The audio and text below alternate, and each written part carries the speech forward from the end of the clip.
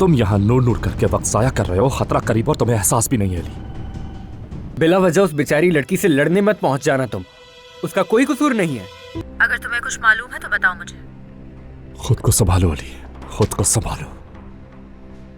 मुझे तो खैर सब कुछ ही पता है। जैसे कल तुम अलीना अलीना करते शोर मचाते घूम रहे थे ना, जैसे मुझे लग रहा था कि अलीना को कोई गलतफहमी ना हो जाए कि तुम उससे जेलस हो रहे हो।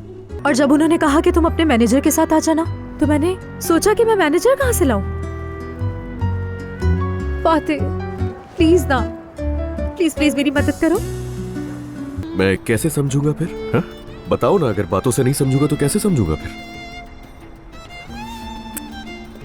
तजर्बा करके। मुझे इतना पता है ये जुमले वक्त मांगने के लिए बिल्कुल नहीं कहे जाते मेरे भाई। उसकी फजूल की बातें बिल्कुल नहीं समझ आ रही।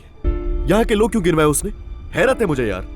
मोहब्बत बदुआ बन गई है।